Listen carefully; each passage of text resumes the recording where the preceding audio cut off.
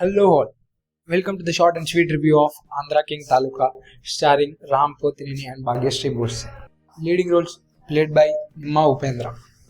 Cinema ఎలా ఉందంటే నాకైతే యావరేజ్ అనిపించింది భయ్య.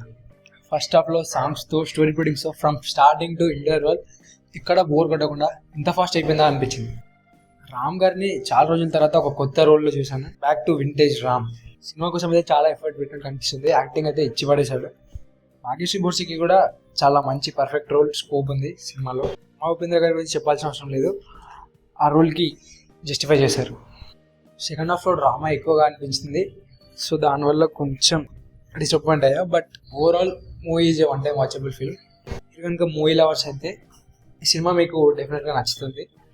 హీరోకి ఫ్యాన్కి ఉండే రిలేషన్ అయితే ఇక్కడ చాలా బాగా చూపించారు. అలాగే విలేజ్లో టీం వర్క్ ఎలా ఉంటుంది అది కూడా డైరెక్టర్ మహేష్ బాబు చాలా బాగా చూపించారు.